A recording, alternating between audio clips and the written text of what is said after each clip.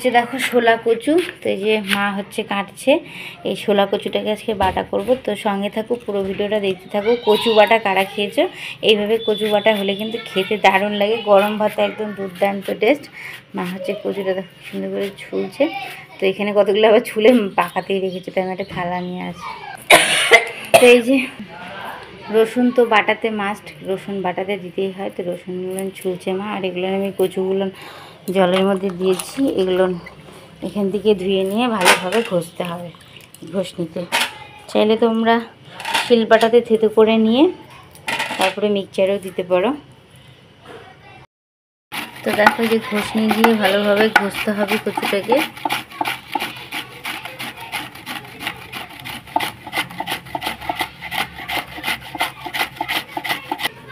দেখতে অনেকটা নারকেল কোড়ার মতো লাগে।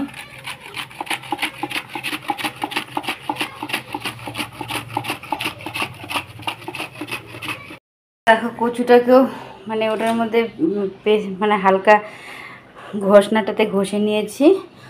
আর এখানে রেখেছি রসুন। এত গরম লাগছে না, মানে হাঁপিয়ে যাচ্ছি একেবারে।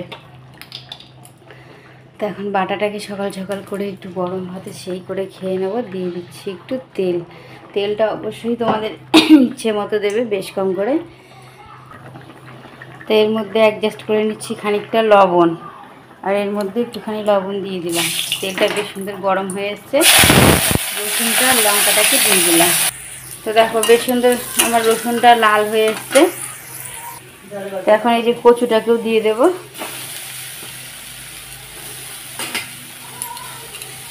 কচুটাকে দিয়েও বেশ সুন্দরভাবে বাটাটাকে করব।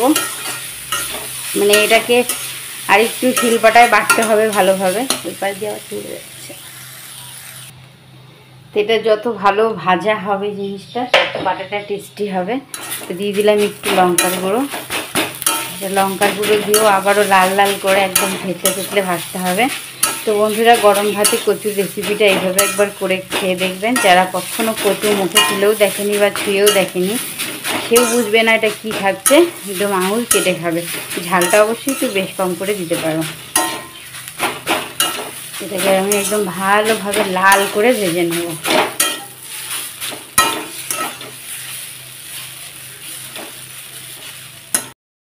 তো দেখো এটাকে বেশ সুন্দর করে লাল করে নিয়েছি।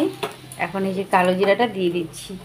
চাইলে তোমরা কালো জিরাটা আগেও দিতে পারতে।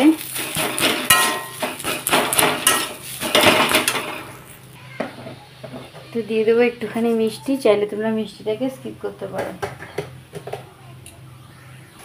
তো এই চিনিটাকে দিয়েও আবারও 2-3 মিনিট ঠিক এইভাবে আমি এটাকে ভেজে নেব। তো বন্ধুরা, ভিডিওটা যদি ভালো লাগে অবশ্যই লাইক শেয়ার কমেন্ট করে পাশে থাকবে। আর চ্যানেলটা যদি নতুন হও সাবস্ক্রাইব করতে ভুলবে না। তো এইরকম কচুর রেসিপি কারা খাও অবশ্যই কমেন্ট করে জানাবে।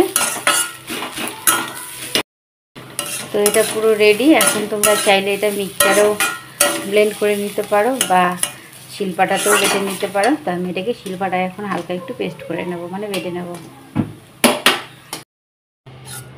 তো এই যে এটা হচ্ছে বাটার ফাইনাল লুক দেখাচ্ছি। তো একদম পুরো ভেজে লাল করে নিয়ে কড়াই নিয়ে শিলনোড়ার কাছে চলে এসেছি। এখন শুধু একটু বেটে বাস গরম ভাতে লেবু চিপে দারুণ এরকম ভালোভাবে পেস্ট করে নিয়ে তারপরে তুলে নেব। ভিডিওটা আশা করি সবার ভালো লাগবে। আর এইভাবে যারা এখন অবধি কচুর রেসিপি খাওনি অবশ্যই খাবে। যে কখনো ছুঁয়ে দেখেনি সেও বুঝতে পারবে না যে এটা কিসের বাটা খাচ্ছে, এত টেস্টি লাগে খেতে। তো এই যে বাটাটা এবারে বেটে নিলাম। যা গরম লাগছে না, এখন একটু গরম ভাতে একদম জিভে জল চলে আসছে।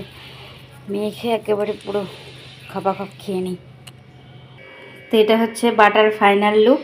আশা করি দেখেই বুঝতে পারছো দারুণ লাগবে খেতে। ভিডিওটা যদি ভালো লেগে থাকে অবশ্যই লাইক শেয়ার কমেন্ট করতে ভুলবে না। চ্যানেলটা যদি নতুন হও সাবস্ক্রাইব করতে ভুলবে না। একবার এইভাবে কচুর রেসিপি বানিয়ে খেয়ে দেখো, বাচ্চা থেকে বড় সবাই খেতে চাইবে। এত সুন্দর মিষ্টি মিষ্টি লাগছে। আমি একটু খালি আঙুলটা জাস্ট চেটে দেখলাম, তারপরে ধুয়ে এসে তোমাদের সঙ্গে আবার শেয়ার করছি। তো কি বলবো, মানে না খেলেই বিশ্বাসই হবে না। সবাই ভালো থাকো, সুস্থ থাকো। আর কচুর রেসিপি এরকম একবার বানিয়ে খেয়ে দেখো। এই শীতে অ্যাভেলেবেল এরকম কচু পাওয়া যায়। Tata, by.